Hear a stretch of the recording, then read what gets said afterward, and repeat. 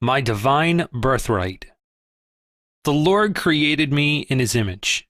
I will seek Him first and make sure of my actual contact with Him. Then, if it be His will, may all things, wisdom, abundance, health, be added as part of my divine birthright.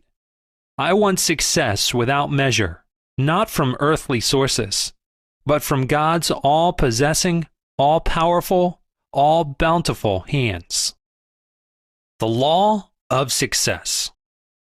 Is there a power that can reveal hidden veins of riches and uncover treasures of which we never dreamed?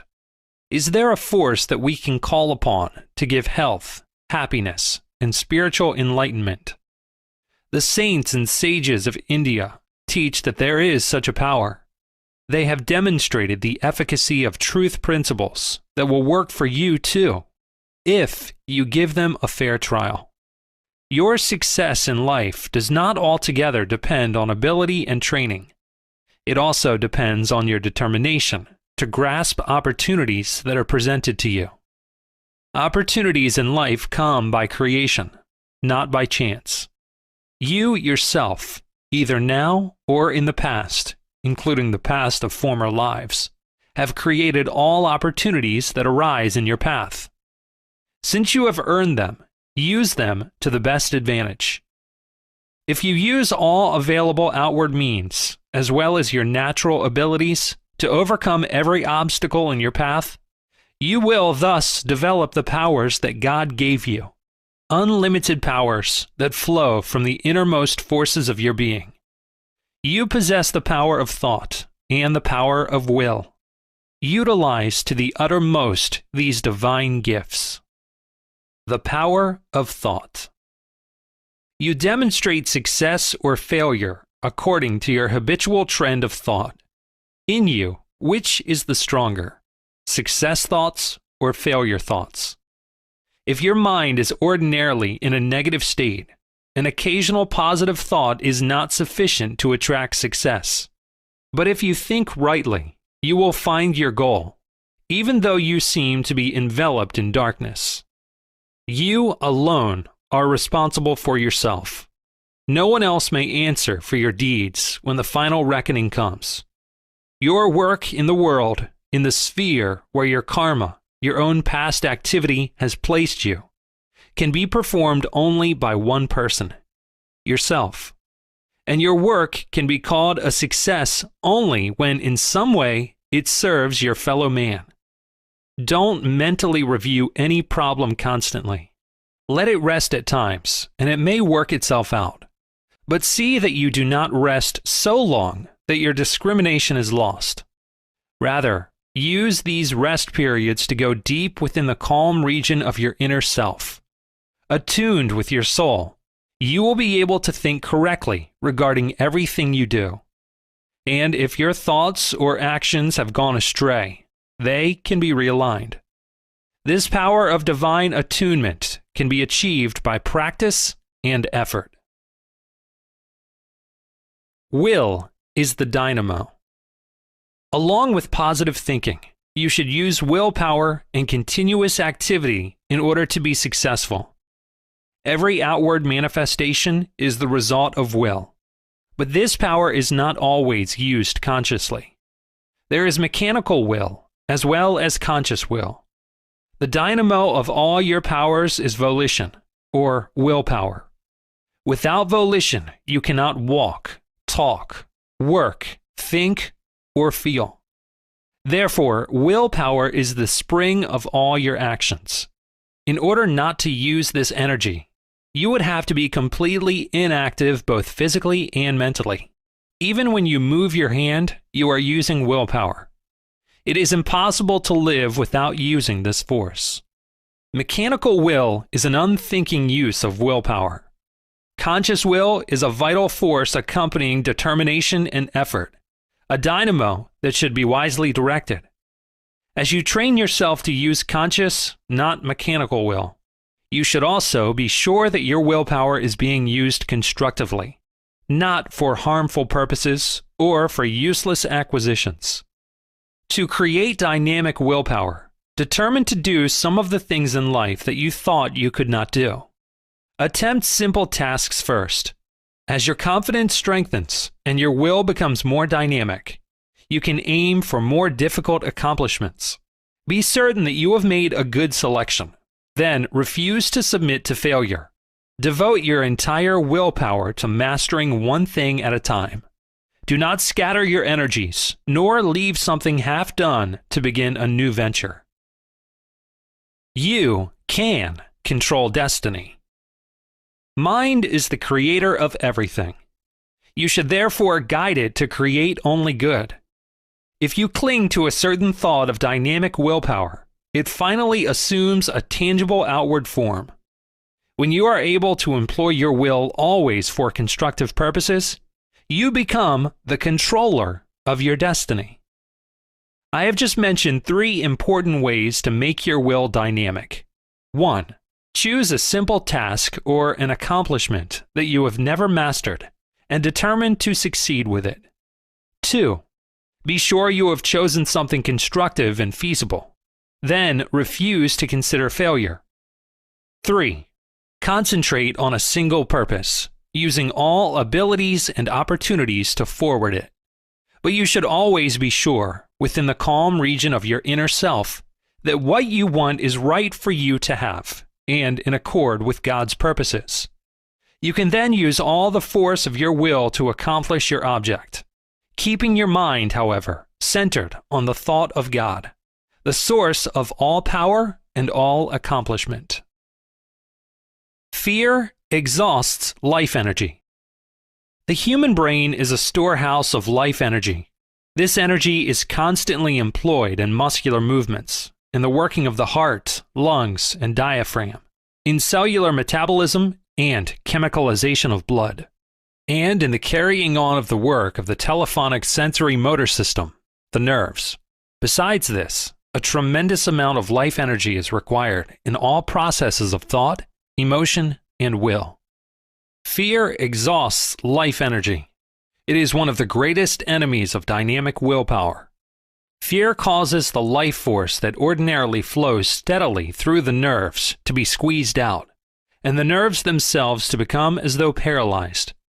The vitality of the whole body is lowered. Fear doesn't help you to get away from the object of fear. It only weakens your willpower. Fear causes the brain to send an inhibiting message to all bodily organs. It constricts the heart, checks the digestive functions, and causes many other physical disturbances.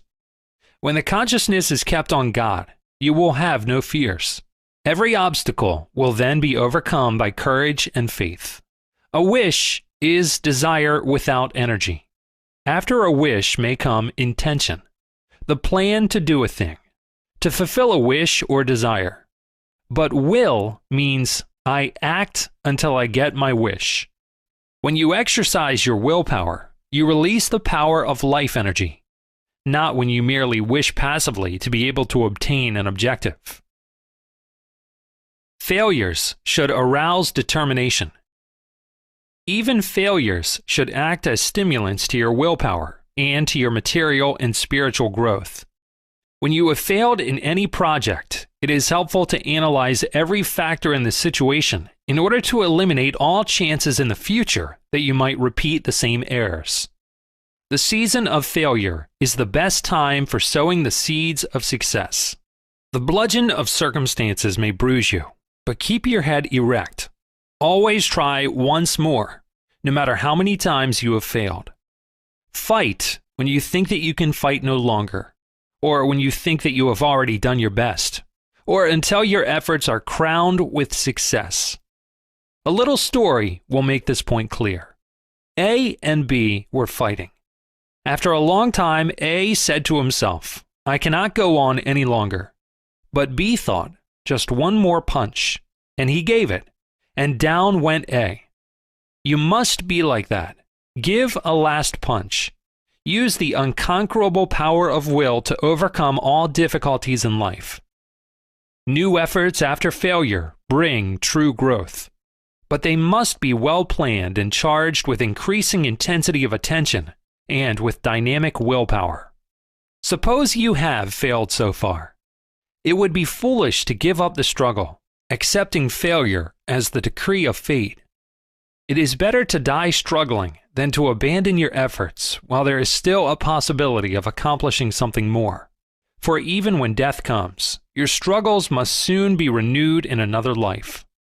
Success or failure is the just result of what you have done in the past, plus what you do now. So you should stimulate all the success thoughts of past lives until they are revitalized and able to overrule the influence of all failure tendencies in the present life. The successful person may have had more serious difficulties to contend with than one who has failed, but the former trains himself to reject the thought of failure at all times. You should transfer your attention from failure to success, from worry to calmness, from mental wanderings to concentration, from restlessness to peace, and from peace to the divine bliss within. When you attain this state of self-realization, the purpose of your life will have been gloriously fulfilled. The need for self-analysis. Another secret of progress is self-analysis. Introspection is a mirror in which to see recesses of your mind that otherwise would remain hidden from you. Diagnose your failures and sort out your good and bad tendencies.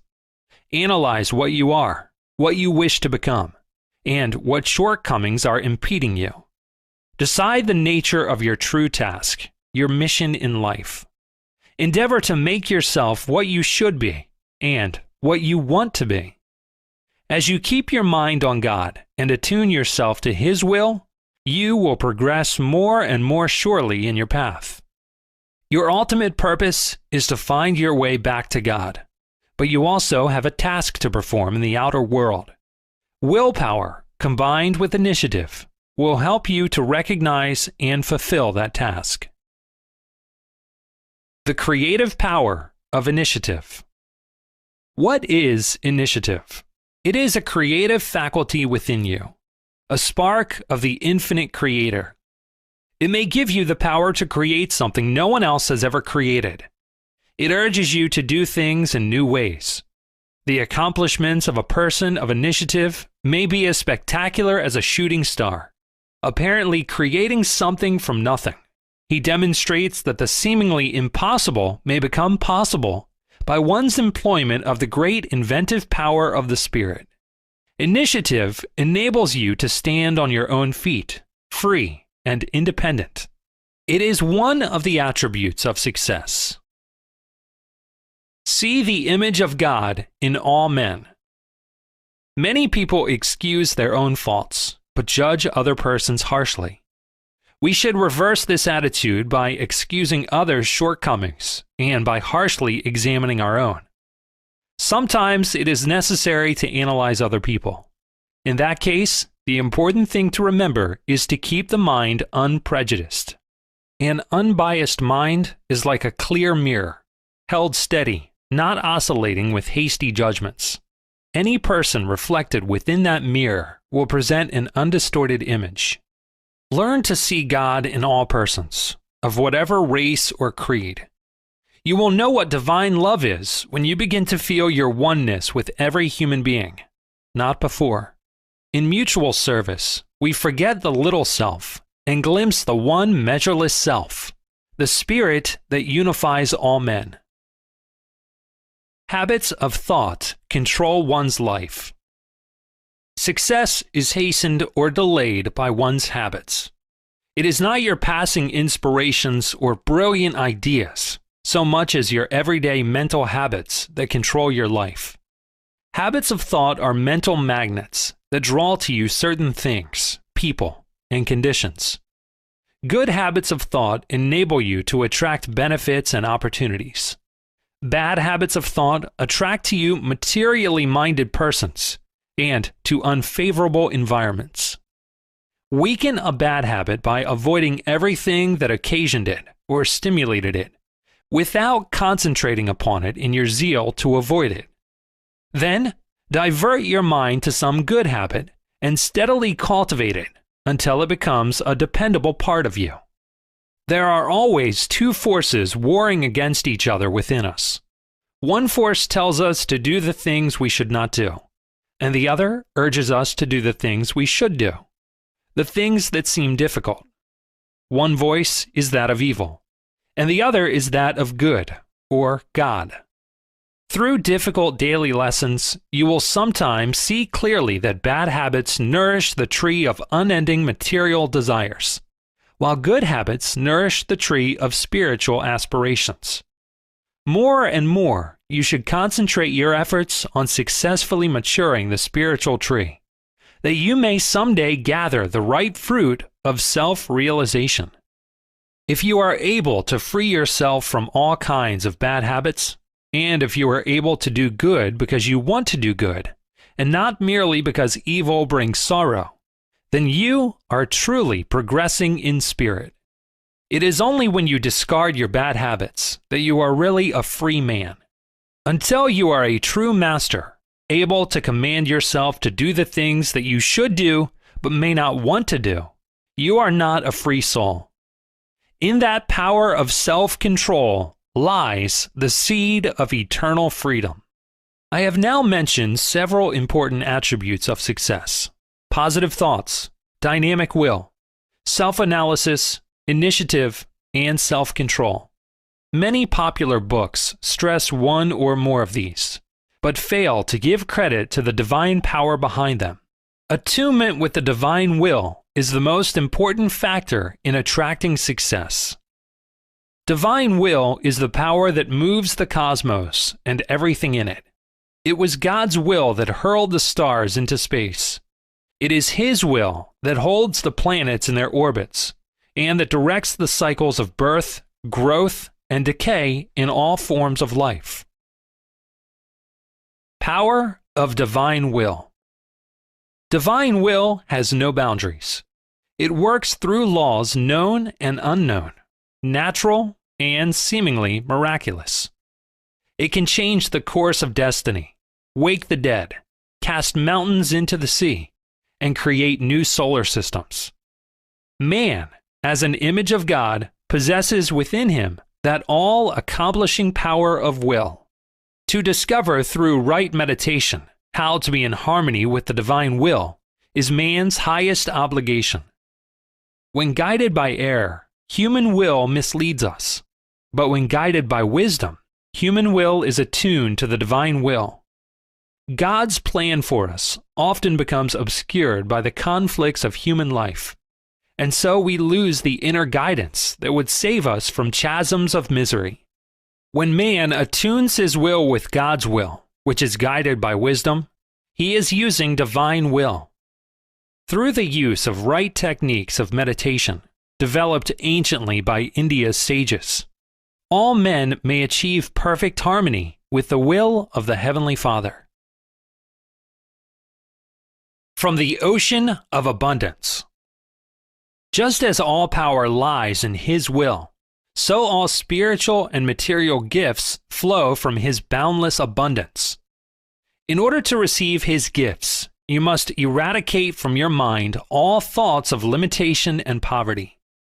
Universal mind is perfect and knows no lack. To reach that never-failing supply, you must maintain a consciousness of abundance. Even when you do not know where the next dollar is coming from, you should refuse to be apprehensive.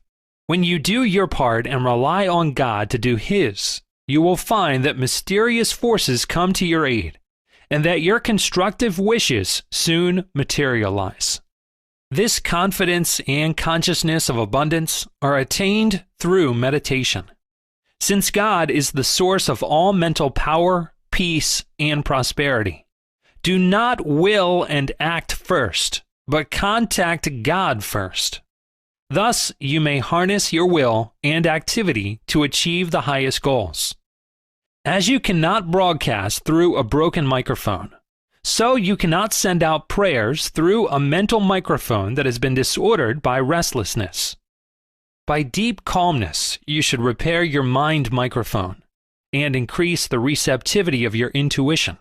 Thus, you will be able to broadcast to Him effectively and receive His answers.